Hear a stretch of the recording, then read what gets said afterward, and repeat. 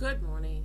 This is Debra V. Wilson. It is Friday, the 14th of December, 2018, and the time is 1000 hours and 19 minutes, and that's GMT, and I'm in West Yorkshire. This is my second attempt at this podcast, making this recording, so I'm going to try again. A component of trying to understand civil society's experiences of and responses to national security models in Canada, Israel, and the United Kingdom is to understand how and why civil society sees itself the way in which it does. And so sense of self as an organization, as an entity, influences and guides how you perform self, that aforementioned identity. In that light, I am constantly trying to understand culture, the culture of people, the culture of organizations. So I've been going back and forth quite a bit between West Yorkshire and London. And in London, I'm in the capital doing my field work. This isn't actually about my field work, but about the people I encountered on my way to or coming from. And it makes me ask the question of culture, which is part of how we see ourselves, and part of how we see ourselves, I think, informs our behavior. I did a quick Google search of define culture, and what immediately came up was two definitions of culture as a noun and one as a verb. The second definition of culture as a noun, and I'll post all this, was the ideals, customs, and social behavior of a particular people or society. I think I want to add the shared ideals, right? Between people of a shared identity, and that shared identity, what emerges out as culture of some group consensus about who we are, and that certainly changes, right? So I'm actually going to start in Dundalk, which is in the Republic of Ireland, and this is in 1998. Dundalk, I think it's fair to say, was pivotally involved in the Troubles, and it's also pivotally involved in the cessation of the Troubles, the armed conflict component that was so destructive. Dundalk and the IRA community there were instrumental in ending that chapter of the Troubles. In August of 1998, I was living in Dundalk. It became unsafe for me to live there. There was a narrative from some people that had formed about me, and it made it counterproductive and not a healthy place for me to be. And I had to leave Dundalk very quickly and rapidly. It was a situation I didn't know how to deal with, and men of varying political ideologies came forward and provided me with not just safety, but a way to safely leave Dundalk. And it was interesting that some of the men, I think it's fair to say, were in opposition to each other. And they, with the knowledge everyone knew, they were reaching out to me and telling me how and when I was going to leave Dundalk.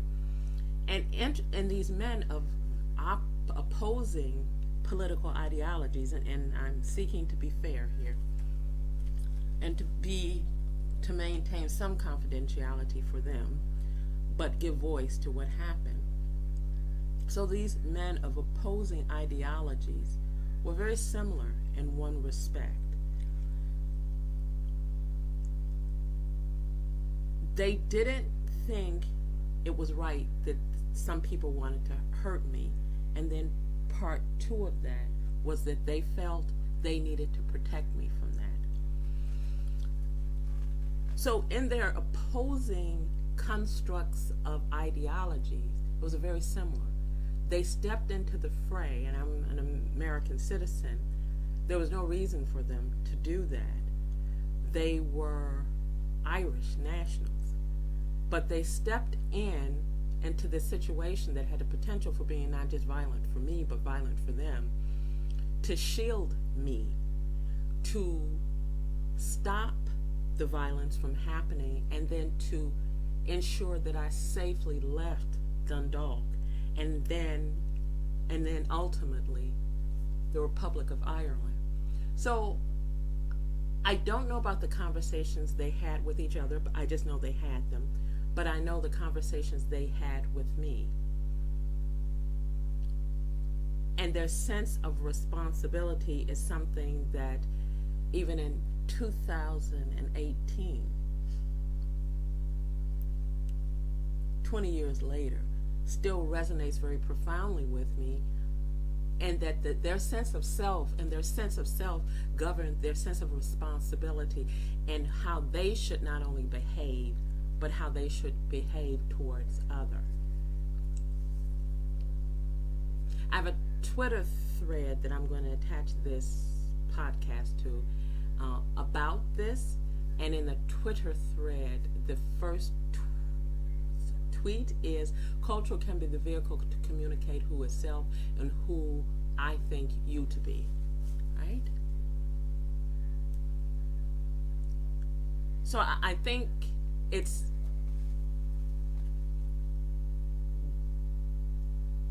is always interesting to me how people perform self and what the components are that come together to make a person, to influence a person or a group identity, and then to see how that sense of self, construct of self or group identity influences and impacts performance of said identity. Next, in 2017, I went to Haifa, Israel. And you have multiple ways of going into the country. I went into the country, and my group that I attached to is some feminists in Israel, and they were overwhelmingly Israeli Jewish feminists. So and I'm a visibly black person, and so they looked at my stay in Haifa from a political perspective. I'm Muslim, but I don't look Muslim. And in addition to that, I'm not saying that's a problem or not a problem, but I don't have a Muslim sounding name, but I am visibly of African descent, and I'm visibly female. So they went through all the possibilities, hope for the best, plan for the worst. And one of the things they told me about was the racism and sexism of ultra-Orthodox men. And indeed, I've heard the stories about ultra-Orthodox men, Haredi, not wanting to sit next to women they're not related to on buses, and then there was the case on an airplane. So the community in which I was staying in was very diverse, and it had the people from the Haredi community, but there wasn't much interaction. I saw them in grocery stores, that sounds horrible. I saw the community in grocery stores and as I walked through the park, but there really wasn't much interaction, except on Fridays when I went to get my baked goods on Friday morning. After having breakfast, I would go and get my baked goods. And one particular time, and I have to say I did notice that most non-ultra-Orthodox people, particularly women, tended to stay away from the men that were ultra-Orthodox. And that was the other thing. In most cases, I saw women in there shopping, but it was the Orthodox, and they were buying lots and lots of bread for community, maybe, or maybe they like large extended families. I don't know, just observation. So one time I was standing in the queue and buying. I was ready to purchase my bread, and I was ready to go to the till. And two ultra-Orthodox men literally jumped in front of me, and one was bantering very loudly. It's a lot of loud chatter. I'm posting a lot of things to inform and engage and enlighten you about different aspects of this podcast. And so the Friday markets in Israel, I would say energetic, but I think that's an understatement. So anyway, it was very loud and robust. Everyone's giving voice, and I don't speak Hebrew.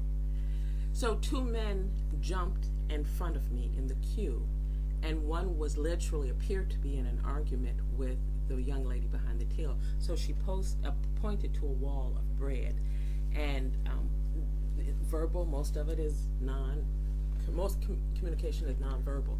So he left, and one of the men stayed in the line, but the other gentleman that was the most verbose and appeared to be argumentative with the young lady who was behind the till went to a different section to get some. He was buying additional bread. That's what it looked like. He was getting additional bread. So the man that was in the queue, an Orthodox young man, late 30s maybe, looked at me and he said something to me in Hebrew. And I thought, oh gosh, here's this horrible experience I'm about to have.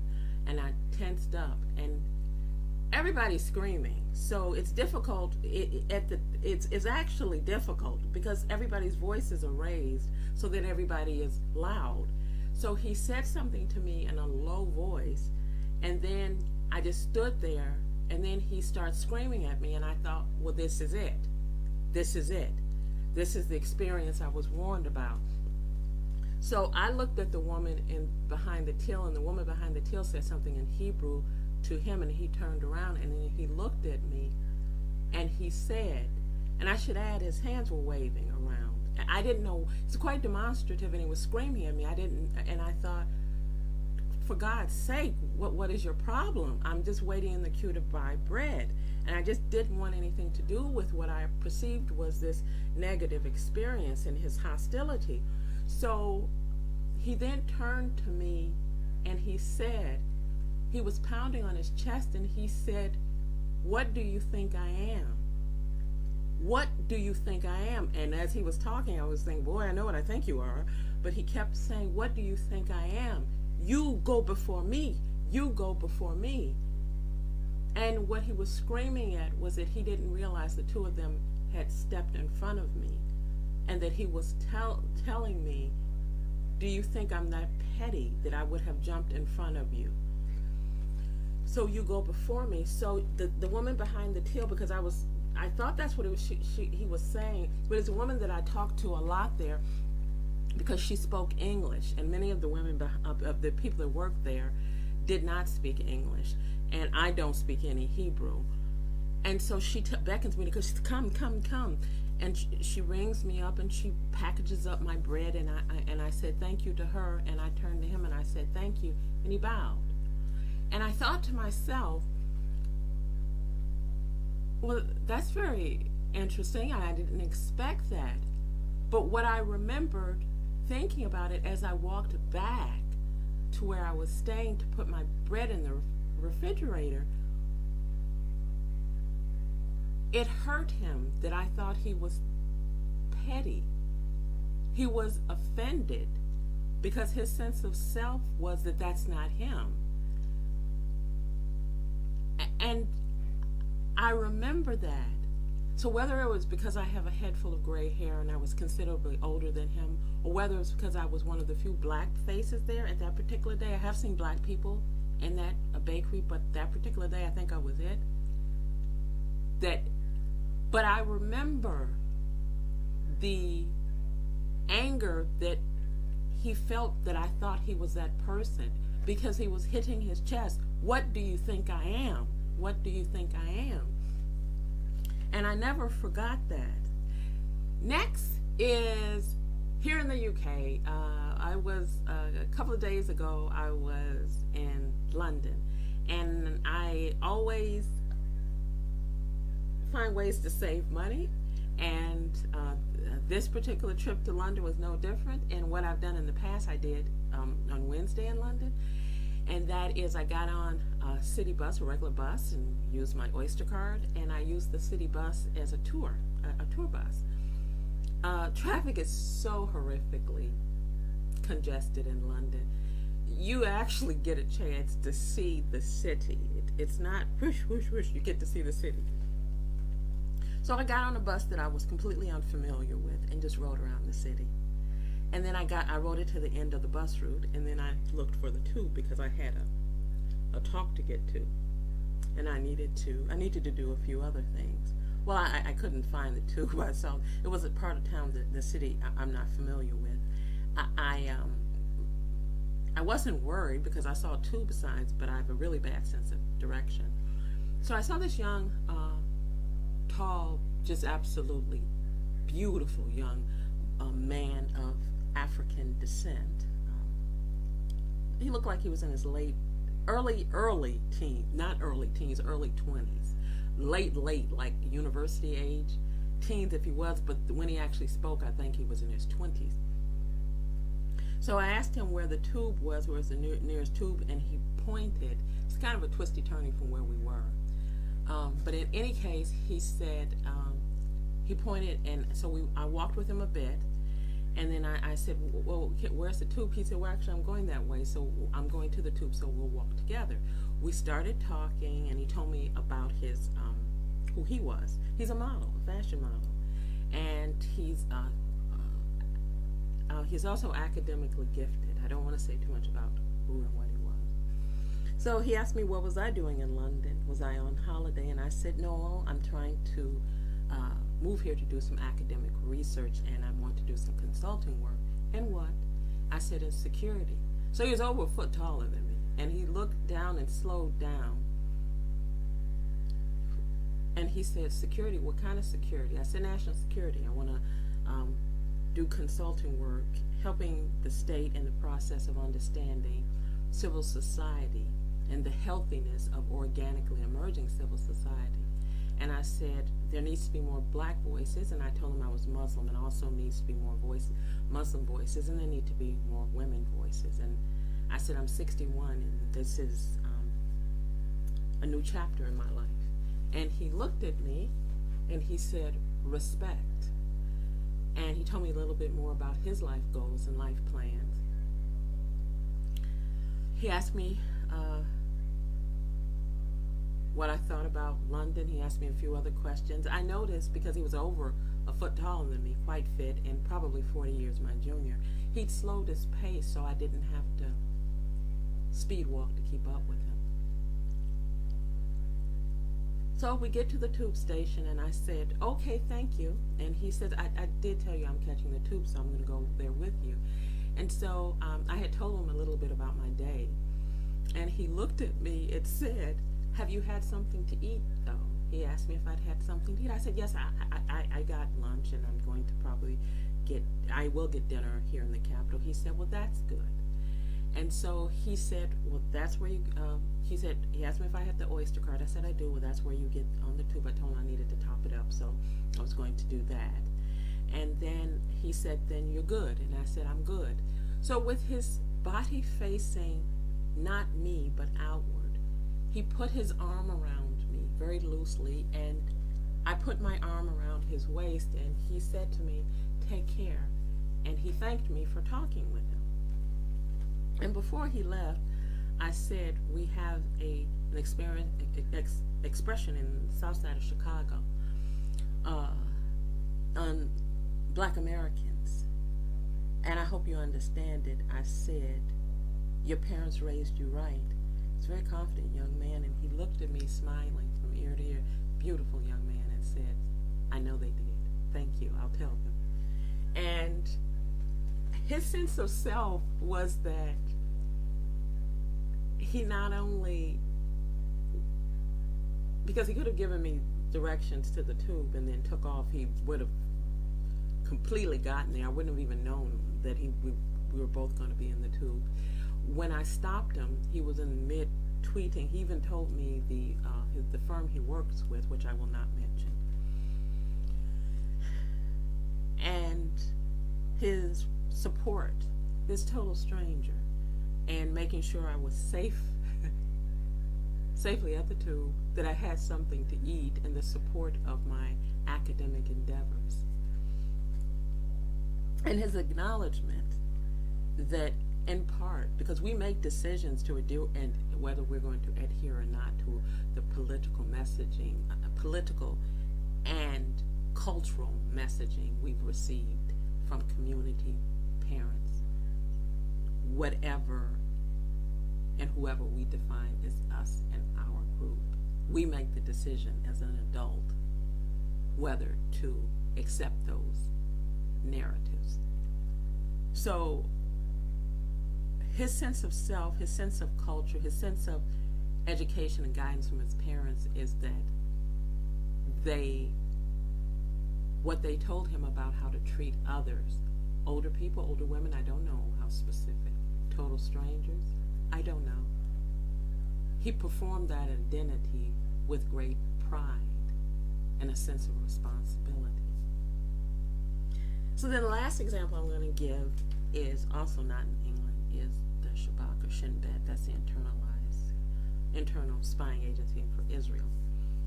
So I've had experience of the Shabak in various places and spaces. I had experiences of the Shabak when I went in Israel.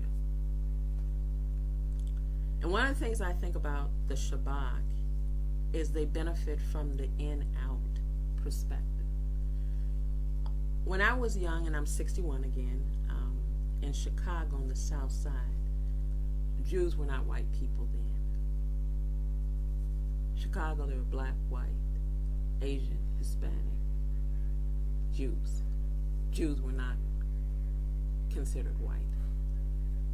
And then there came a time that Jews were considered white people. I was at a New Israel Fund event in New York City a few years ago, and a young woman in her late 20s, early 30s, who has parents my age, I went up and talked to her afterwards, and she talked about being a Jew in New York City for her parents back in the day when Jews were not white people, right? So in the encounters I've had with the Shabak, I'm acutely aware of their ability to acknowledge that the way in which they see self and the world is just that, and that their acknowledgement that there are cultures, a multitude of cultures, that see the world in all of its complexity, how they do. And I've always thought since, was very recently, that I encountered the Shabak, and that's one of the things about that spying agency that has stayed with me. Their ability to not only acknowledge that their cultures and belief systems in addition to theirs. And I think that influences how they engage with people. I think that stealthness, it has something to do with that acknowledgement. And so I think one of the benefits the Shabak has is it's an Israeli organization, security model. But it benefits from Jews who, for a time, depending on where their cultural heritage emerges from, were not white people. And that shifting reality of who and what you are being projected on you to you as a people for a spying agency that can be quite beneficial to understand that dynamic and to understand the fluidity and the political construct of people, right? Intersecting identities was a black woman professor that constructed that. How many spying agencies take that seriously?